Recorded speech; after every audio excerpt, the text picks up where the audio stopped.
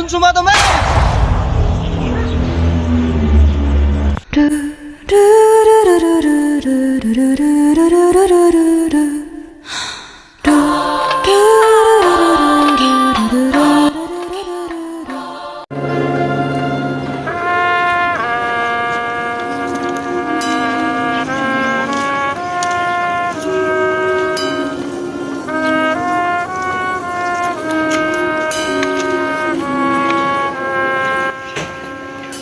May hinihingi akong madla kay General Dispon.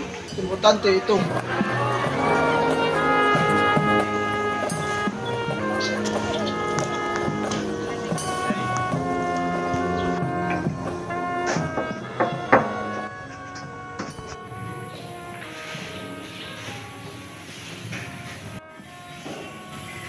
Buenos dias, General.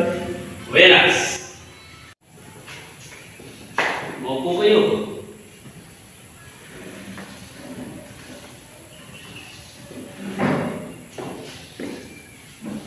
Ano ang iyong pakay at kayo na parito?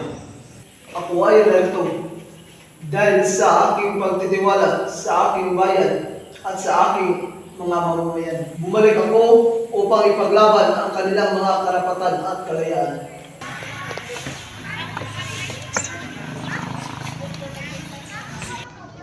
Ang ating paglalakbay ay nagsisimula pa lamang.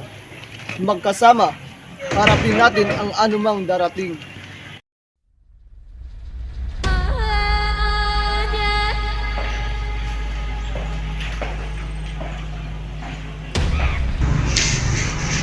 Mga kaibigan at kababayan, magandang araw.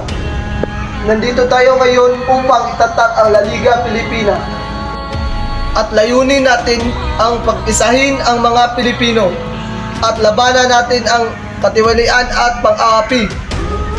Ako po si Ambrosio Salvador, ang inyong Pangulo sa Liga. Maraming salamat. Ako naman si Lidato Arellano, ang inyong Kaleo. Naman, si Bonifacio Arevalo, ang inyong piskal.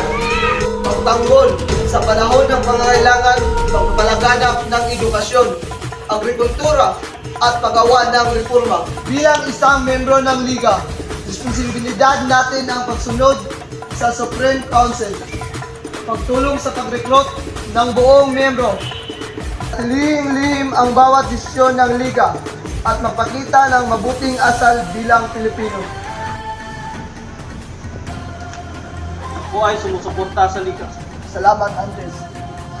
Sa tulong ng bawat isa, magtatagumpay tayo sa pagtanggol ng ating bayan.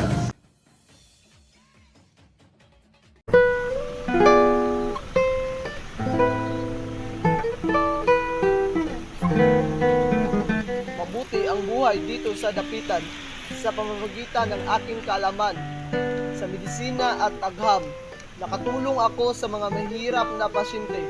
Nagtayo ako ng paaralan para sa kabataan upang matuto at mamulat sila sa karunungan.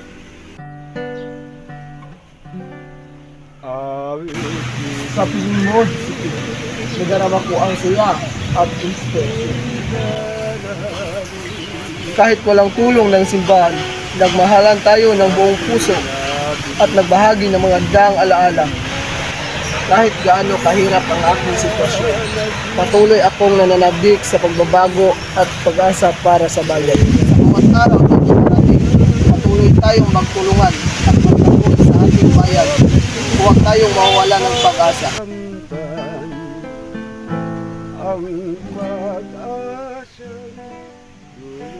Mga kapatid, tayo magkaisa laban sa mga Kastila. Hanggang sa kahuli-hulihan.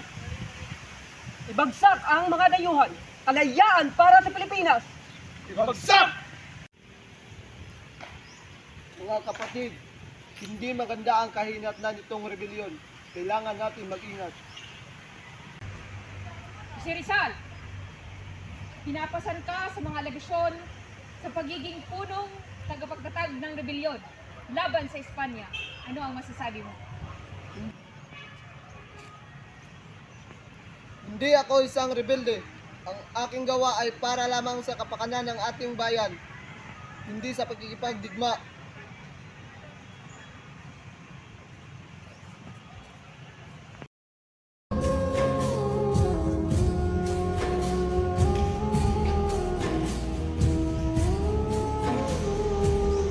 nasasakdal ay nandito na sa salang rebelyon, sedisyon at pagbabalak ng masama laban sa mga Espanya.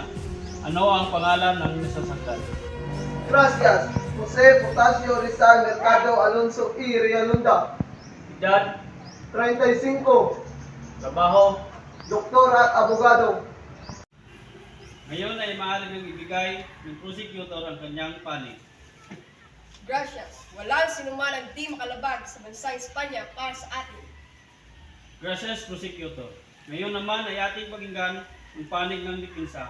Ang aking tinatawag sa hukumang ito si Kapitan Luis Andrade Gabriel upang depensahan ang kanyang panig.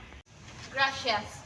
Hindi nasusukat ang kadakilaan ng isang tao sa yaman o sa dami niyang kilalang tao.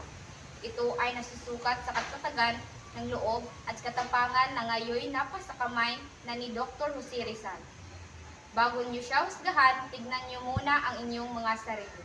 Ang nais lamang niyang maging pantay ang trato ng mga Kastila sa mga Pilipino. Hindi kayo dapat magpadalos-dalos sa pagbibigay ng mga parusa na hindi nararapat na nasa sakdal. Gracias, Senyor. Kasinungalingan ang binibinan niyo sa akin. Wala kayong konkretong ebidensya at ang tanging mga liham at magagamyot lamang ang tumutukoy sa aking pagkakasala. Hindi ako maaaring magkakasala ng rebelyon sapagkat ako mismo ang pumilit kay Dr. Pio Valenzuela upang wag ipatuloy ang rebelyon na pinaplano niya laban sa bansang Espanya. Wala rin akong kinalaman sa mga pagkaaklas na hindi ko rin alam na ginagamit nila ang aking pangalan at kanilang aktibidad. Napakarami ko pang maaaring sabihin na magpapatunay na aking pagwalang sala. Sana'y gamitin nyo ang inyong mga utak upang magawa nyo sa akin ang nararapat. Magkakaroon ng isang masusing liberasyon kung anong hakbang ng ating inuukol sa kaso kay Dr. Jose Rizal. Maaaring ibalik sa silda.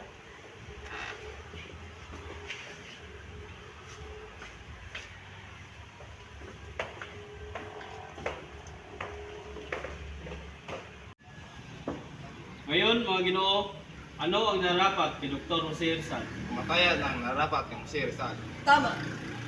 Kung ganon, kamatayan ang dapat kay Jose Rizal.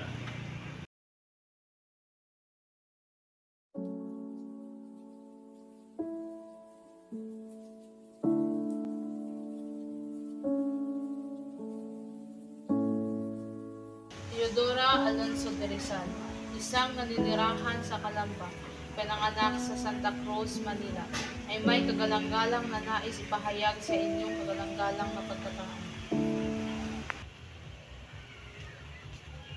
Teodora, kumusta ka na? Nandito ako upang suportahan ka sa panahong ito ng pagsubok. Salamat, Carmen. Nais ko lamang hilingin ang katarungan para sa aking anak. Ipapadala ko ang aking mga dasal para sa inyong anak at sa inyong pamilya. Huwag kang mawawalan ng pag-asa, Teodora. Panginoon ko, napaabot ko sa kagalang-galang na excellency, nagmamakaawa ko sa inyo ang kaluwagan para sa aking anak. Naway dinggin niyo ang aking mga panalangin, Panginoon.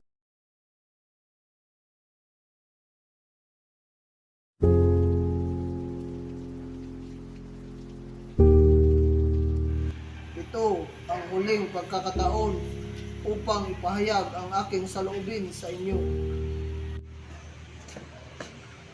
Dr. si Rizal, may oras na po para sa inyong pagpaalam.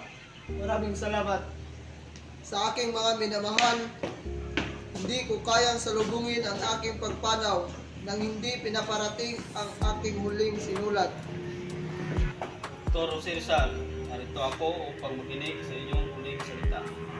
Maraming salamat sa inyong pakikinig. Ang aking mensahe para sa lahat ng mga Pilipinong patuloy na lumalaban para sa kalayaan. Naway magtagumpay ang ating mga pangarap sa ating bayan. Paalam.